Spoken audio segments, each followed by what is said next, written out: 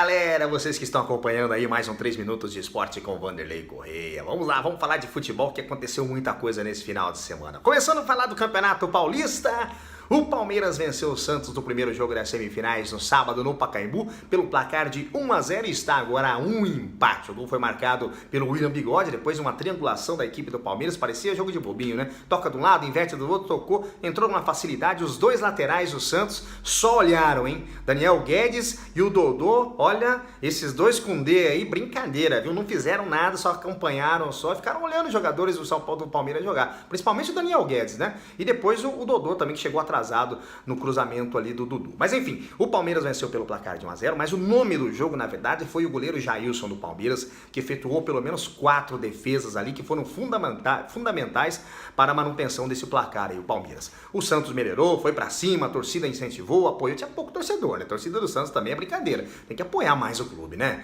É um dilema, porque você vai pra Vila Belmiro dá 5 mil torcedores, você vai com um jogo contra o Corinthians dá 40 mil, aí depois com o Palmeiras não dá nem 20 mil torcedores, é brincadeira, mas enfim.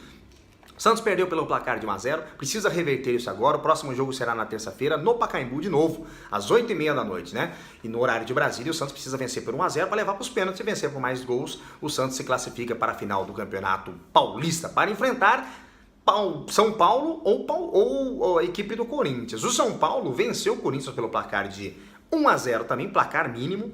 E aí um detalhe, o Corinthians perdeu um jogador minutos antes, eu acho que é um jogador fundamental na equipe do Corinthians, que é o Rodriguinho, é um jogador maestro no meio campo, é o motorzinho ali, aquele que faz o time rodar. Enfim, ele sentiu uma contratura na perna, ficou de fora, vai passar por avaliações médicas no início dessa semana e vamos ver se está pronto aí para o jogo de volta na quarta-feira. Mas o São Paulo fez 1-0.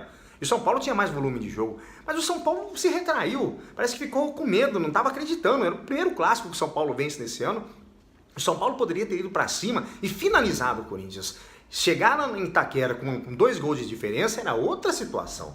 Mas um gol, meu amigo, olha, não sei, que tudo pode acontecer, mas o Corinthians jogando, dependendo de um placar mínimo lá no Itaquerão, é muito difícil, hein? Vamos ver o que acontece aí. O São Paulo, enfim, tá aí, o Aguirre venceu o seu primeiro clássico, e o São Paulo vence o primeiro clássico desse ano. Vamos ver o que acontece aí, quem que pode acontecer nesses cruzamentos. O certo é que São Paulo e Palmeiras jogam por empates. 2 empates aí, os dois estão classificados para a final do Campeonato Paulista 2018. E parabéns ao Fluminense, o tricolor das Laranjeiras. Grande abraço aos meus amigos tricolores aqui, o Jairo Guedes, enfim, o meu Alex Braga, lá do Rio de Janeiro, torcedor do Flusão. Enfim, Fluminense meteu 3-0 no Botafogo, numa noite inspiradíssima também do goleiro Júlio César, uma tarde, né? Porque pegou demais o goleiro Júlio César do Fluminense. Parabéns ao Flusão, tá na semifinal junto com o Flamengo e entra mais 2 agora com um índice técnico para a decisão do Campeonato Carioca. Na quarta-feira eu volto já com o primeiro finalista do Campeonato Paulista e tudo sobre o jogo entre São Paulo e Corinthians. Só lembrando que amanhã tem Brasil e Alemanha, 7-1. Ai, ai, ai, que medo, hein? Tchau pra vocês, até quarta.